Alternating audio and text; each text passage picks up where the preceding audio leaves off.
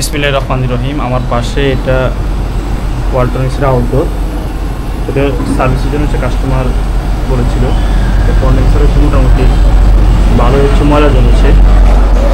সর্বপ্রথম হচ্ছে আমরা এসিটা চালিয়ে চেক করে নিচ্ছি এটার জন্য কোনো সমস্যা রয়েছে কি না। এসিটি টেস্ট করা হয়ে গেল, অতঃপর ইন্ডোসাইড যে কেসিং সেটা আমরা খুলে নেই। কুলিং কয়েল হচ্ছে মোটামুটি ভালোই হচ্ছে ময়লা জমেছে, তাই হচ্ছে পর্যাপ্ত পরিমাণ যে ঠান্ডা সেটি হতে পারছে না। ব্লোয়ারও হচ্ছে মোটামুটি ভালোই ময়লা জমেছে। দেখতে থাকুন ভিডিওর সামনের অংশ।